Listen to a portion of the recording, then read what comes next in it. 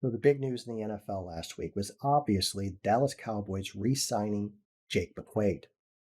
But what quietly unnoticed, though, was the Houston Texans traded Deshaun Watson to the Cleveland Browns.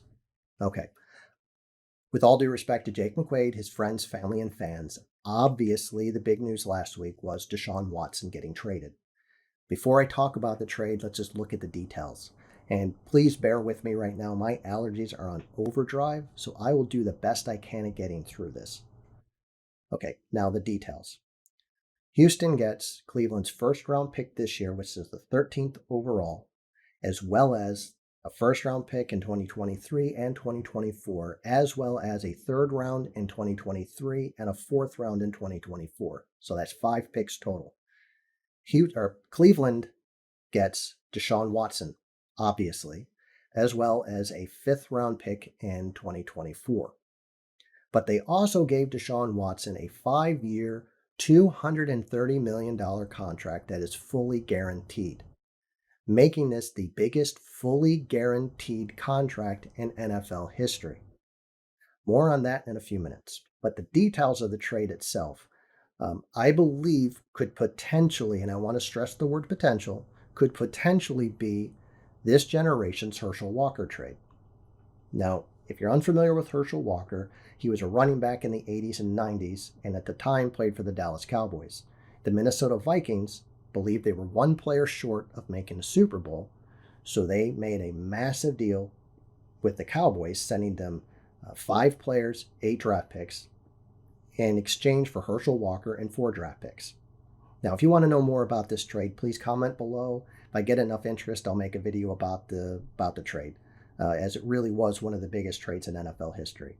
But long story short, the Cowboys would take these draft picks and basically form the nucleus of their Super Bowl winning teams of the 90s. Now, I know you're sitting there right now saying, how could I possibly be connecting these two trades? Well, bear with me. Got to first understand the NFL was very different in 1989 than it is now. There was no salary cap, there was no free agency, and teams valued draft picks very differently than they do now. In fact, when the Vikings made this deal, they thought Jimmy Johnson and the Cowboys wanted the players, but in reality, Jimmy Johnson just wanted these draft picks. Jimmy Johnson would revolutionize the way drafts were run based off of this trade. Teams would value draft picks much greatly after this. And I know you're sitting there still. I fail to see how these two trades connect. Well, it's in the changes since this trade in the NFL, specifically the salary cap and free agency. Deshaun Watson's deal is going to be a significant factor in this trade. The Browns giving him $230 million over 5 years is going to greatly impact what that team can really do. Yes, the first year of his deal is a very team-friendly $10 million hit on the salary cap, but that was done for a very specific reason, which I'll get to in a minute.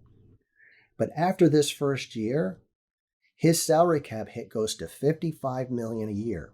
Now, I honestly believe probably within the next 2 or 3 years, the Browns will need to restructure this contract. They're going to need some relief on that cap hit in order to sign more players, either re-signing players currently there, signing free agents, or just signing draft picks. $55 million per year for one player is an insane cap hit. But that also being said, the true impact of this trade we really aren't going to know for several years. Not until the Texans have made decisions with these picks. They could potentially build a Super Bowl winning team with their picks. Now, okay, this trade will go down one of 4 ways. It's going to be either successful for both teams or successful for the Browns and not the Texans, or it'll be successful for the Texans and not the Browns, or it's really not going to be a very good trade for either team. Now, I'm going to self-admittedly contradict myself here and say it's not going to really work out well for both teams. But this is where I say potential, because let's just say the Texans make the right decisions with their picks. Now they've built a good nucleus that they could potentially win Super Bowls with. But I think we can both agree here that The Texans haven't shown that they are going to have the ability to make the correct decisions with these picks. Let's just be brutally honest. Um, Now, the same can be said about the Browns, sadly.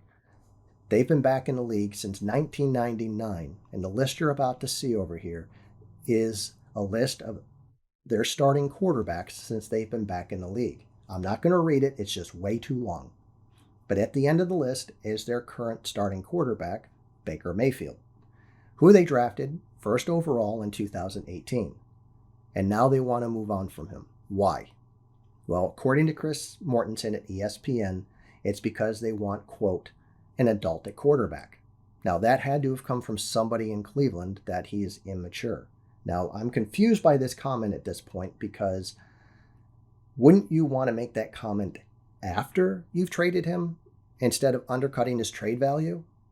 That to me is just, I don't understand why you would undercut a guy's trade value before you've gotten rid of him. But that being said, they knew what they were getting into with Baker Mayfield. Anybody who followed college football, and specifically Baker Mayfield, knew what they were getting into when they drafted him. This is a guy in his last year at Oklahoma, when he won the Heisman Trophy, by the way, he would plant the Oklahoma University flag at midfield at Ohio State.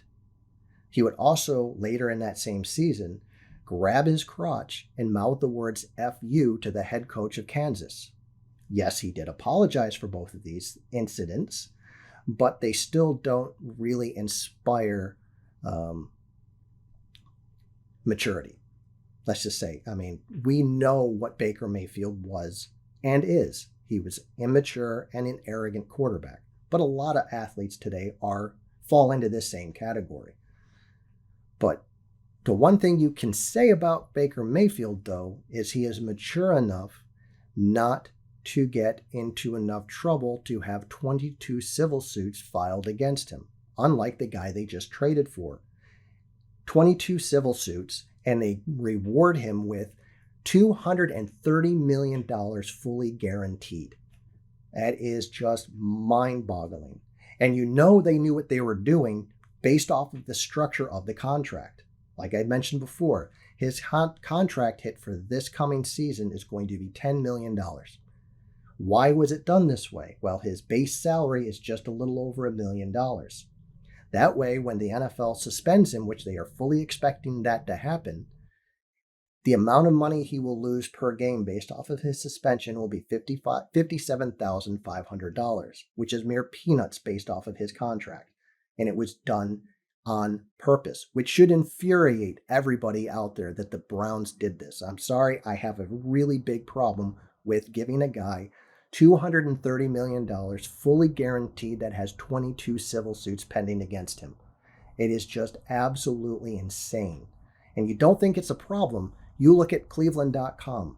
Some of their writers there are trying to make excuses and justify this trade. Now let's just call it for what it is. They wanted a talent upgrade at that position, and that's what they've done. But at least own up to it instead of saying, well, before this happened, Deshaun Watson was a good team leader and he was a good member of society. Well, you know what? You can say that about any player or person right now that gets in trouble. Well, gee, I mean, he was such a good person. I never saw this coming. Well, most of the time you don't. Not until they get in trouble and expose what they're actually doing on their free time. Just mind-boggling that they would give a guy $230 million fully guaranteed. Just, okay, calm down. So, the PR hit they're going to get on this from the fans, it's going to be really interesting to see the reaction at the beginning of the season. I mean, you would think that they would have used recent history to know how fans, local, national media, and corporate sponsors would respond to the signing of a guy who is the top of his game but got in legal trouble. Serious legal trouble. You would think they would have learned from recent history. I mean, I think there's somebody out there that is like that. Let me think. I don't know. I can't think of anybody off the top of my head. But you know what? If I can, I will update the video to let you guys know. But thanks for watching. I hope you enjoyed the video. If you did, you know what to do. And until next time, this has been the DeSchwab Report. Thank you.